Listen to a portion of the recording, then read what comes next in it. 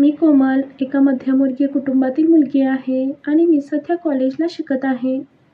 आणि मी मात्र एका वेगळ्याच वळणावरती येऊन थांबले होते. ते म्हणजे कॉलेजला गेल्यानंतर जसं प्रत्येकाच्या आयुष्यामध्ये बदल होत जात असतात. माझ्या आयुष्यात होत होता. माझ्या आयुष्यात एक मुलगा होता. तो कोणी लांबचा नसून तो माझ्या आत्याचाच मुलगा होता. आणि आम्ही लहानपणापासूनच एकत्र खेळलो होतो. त्यामुळे आमच्यात खूपच जवळीकता झाली होती. हळूहळू तो देखील छान दिसू लागला होता. परंतु तो काहीच काम करत नसायचा आणि शिकतही नसायचा. त्यामुळेच माझ्या घरातले नेहमीच त्याला नावं ठेवायचे आणि त्यामुळेच मी कित्येक वेळा त्याला समजवण्याचा प्रयत्न देखील केला. परंतु तो खूपच वेगळ्या वळणावर लागला होता.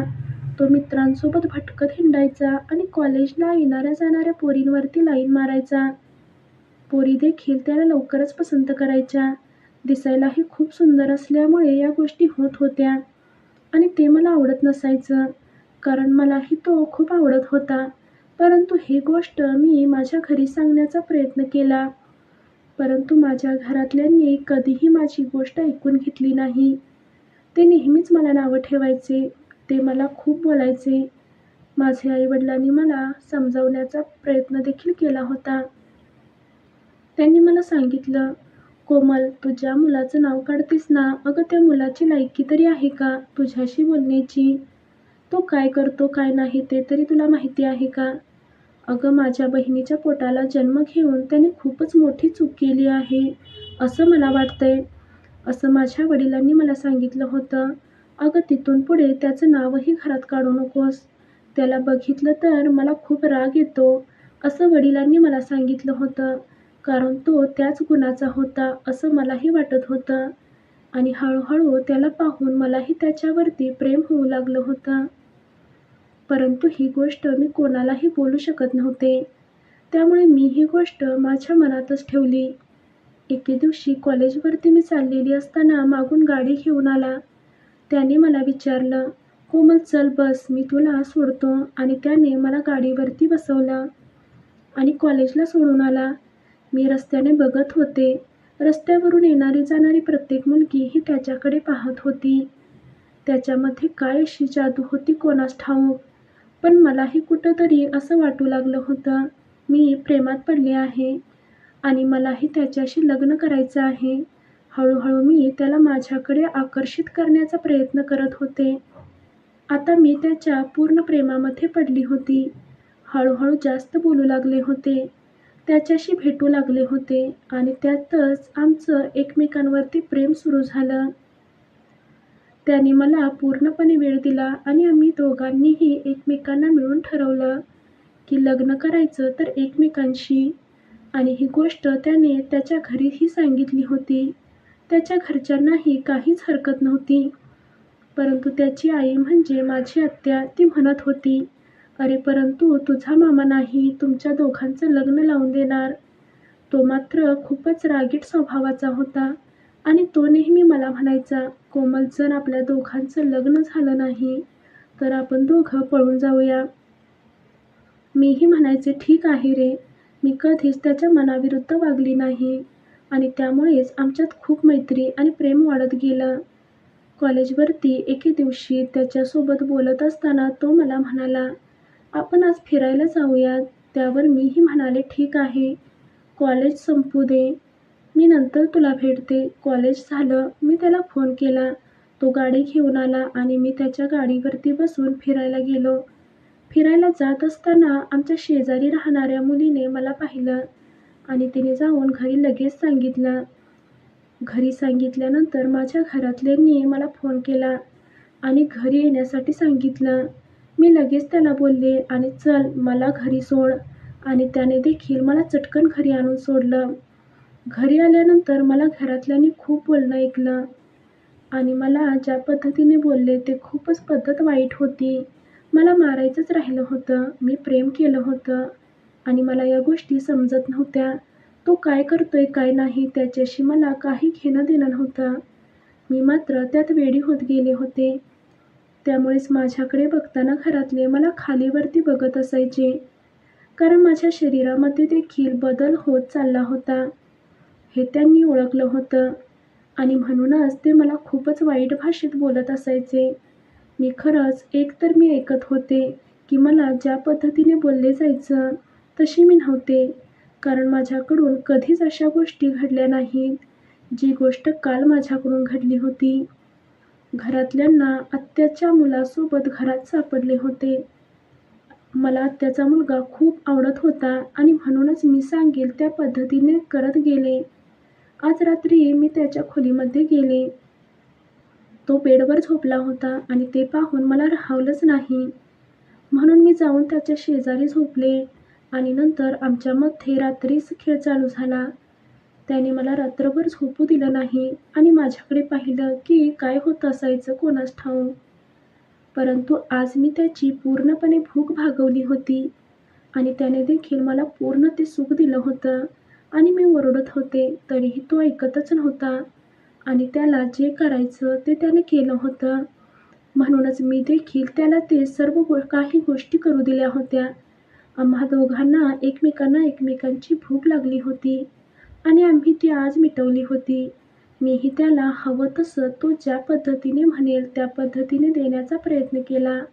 खरंच तो आनंद वेगळाच होता आणि नेमकं त्याच वेळी माझ्या घरातल्यांनी पाहिलं, कारण माझ्या तोंडातून जोरजोराने आवाज येऊ लागले होते आणि हा आवाज ऐकून घरातले उठले आणि त्यांनी दार उघडून पाहिलं. खरंच मला काय बोलावं हेच समजत नव्हतं. घरातल्यांनी मला पाहताक्षणीच त्यांनी मला तिथेच मारायला चालू केलं. तो गुपचूप बाजूला झाला. मला घरातल्यांनी खूप मारलं आणि नंतर दुसऱ्या दिवशी आम्हा दोघांनाही एकमेकांच्या समोरासमोर बसवलं आणि विचारलं, तुमचं एकमेकांवरती प्रेम आहे का? मीही चटकन सांगून टाकले की मला तो खूप आवडतो आणि मी लग्न करीन तर त्याच्याशीच. परंतु माझ्या घरातले आमच्या दोघांचं लग्न लावण्यासाठी मान्य नव्हते. तो काहीच कमवत नव्हता आणि कुठे कामालाही नव्हता. असाच गावभर फिरायचा. त्यामुळे माझ्या घरातले त्याला खूपच नावं ठेवायचे आणि त्याला विचारल्यानंतर तो देखील म्हणाला, कोमलसोबतच लग्न करायचं आहे. घरातल्यांनी नकळत काही न बोलता आमच्या दोघांच्या लग्नाला परवानगी दिली. लगभग 8 दिवसानंतर लगेचच आमच्या दोघांचे लग्न झालं आणि मला घरातल्यांनी सांगितलं होतं, तू तुझ्या बाजूने या सर्व गोष्टी केल्यास. उद्या जर तुला काही अडचण आली तर तू आम्हाला कोणत्याही पद्धतीचं विचारू शकत नाहीस. त्या अडचणी तुलाच सोडवाव्या लागतील. असं म्हणून त्याच्यासोबत माझं लग्न लावून दिलं होतं आणि लग्नाची पहिलीच रात्र होती. पण मला तर असल्यासारखं कधीच वाटलं नाही. कारण याच्या आधी कित्येक वेळा माझ्यामध्ये त्या गोष्टी झाल्या होत्या आणि त्या गोष्टी मांडण्यापेक्षा त्याच्या आणि माझ्यामध्ये कित्येक वेळा सुहागरात झाली असावी आणि तीही तो म्हणेल किंवा मी म्हणेल तशी. आम्ही एकमेकांना खूपच खुश करायचो. हळूहळू मी जसं त्याच्यासोबत सारी सुखं घेत होते, तसं माझ्या शरीरामध्येही बदल होत होता. मी खूप सुंदर दिसू लागले होते आणि माझे अंगही पूर्ण जवान झाले होते. नंतर काही दिवसातच मला दिवसही गेले. त्याचं मूल हे माझ्या पोटात होतं. मात्र आता मला हळूहळू कंटाळा येत होता, कारण तो कोणत्याच कामाचा नव्हता. तो दिवसभर बोंबलत फिरायचा आणि मी कित्येक वेळा समजवण्याचा प्रयत्न देखील केला की अशा पद्धतीने आपला संसार चालणार नाही. तुम्ही कुठेतरी काम करा. मी त्याला कित्येक वेळा सांगण्याचा प्रयत्न केला. मात्र तो काही ऐकायलाच तयार नव्हता. माझ्या आत्या कबाड कष्ट करून पैसे घेऊन यायची आणि त्यावरतीच आमचं घर चालायचं. उद्याच्याला जर मुलाचा खर्च या सर्व गोष्टी मला खूपच काळजी वाटू लागली होती आणि मीही त्याला समजावून थकले होते. शेवटी मीच काम शोधण्याचा प्रयत्न चालू केला. मी एका ठिकाणी कामाला देखील लागले आणि मी काम करत असताना एके दिवशी माझ्या वडिलांनी मला पाहिलं. त्यांना माझ्याबद्दल दया आली. ते माझ्याजवळ आले आणि त्यांनी मला विचारलं, कोमल तू इथे काय करतेस? तेवढ्यात मी म्हणाले, काही नाही, मी इथे कामाला आहे. त्या क्षणी वडिलांनी मला सांगितलं, मी तुला बोललो होतो, ही वेळ तुझ्यावरती येणार होती. म्हणूनच आम्ही खूपच काळजीने तुला सांगत होतो. परंतु त्यावेळेला तू ऐकण्याच्या मनस्थितीतच नव्हतीस. आणि हे जे आज हे चित्र दिसतंय ते सर्वस्वी तू स्वतः तयार केलेलं आहेस. त्याला तू स्वतः जबाबदार आहेस. तू जर आमच्या गोष्टी ऐकल्या असत्यास तर कधीच तुझ्यावरती अशी वेळ आली नसती. आणि माझ्या डोळ्यात पाणी आलं. मलाही वाईट वाटलं. कुठेतरी मी चुकले होते. मी कोणत्याच गोष्टींना न पाहता आई-वडिलांच्या विरोधात जाऊन त्याच्यासोबत लग्न करून फसले होते. परंतु आता काय करणार? काहीच करू शकत नव्हते. माझ्या वडिलांचा खूप गयावया करून काहीतरी करण्यासाठी सांगितले. माझ्या वडिलांनी त्याला बोलावून घेतलं आणि त्याला एका ठिकाणी जॉब देण्याचं कबूल केलं. काम करत नाही असंच म्हणत होता. शेवटी वडील म्हणाले, "तू जर काम केलं तरच ठेव, नाहीतर मी माझ्या मुलीला घेऊन जाईन." आणि वडिलांनी शेवटी कंटाळून मला घरी घेऊन गेले. माझ्या पोटामध्ये मूल होतं. माझ्या घरातल्यांनी शेवटी माझी काळजी घेतलीच.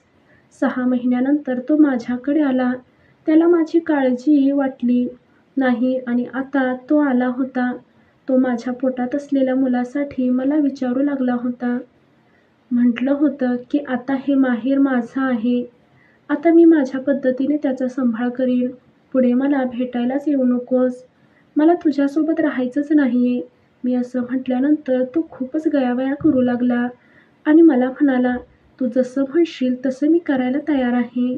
परंतु मला सोडून तू जाऊ नकोस. मला तुझ्याशिवाय कोणीच नाही." असं म्हटल्यानंतर त्याला त्याच्या चुकीची कबुली झाली होती. त्याने त्याची चूक कबूल केली होती.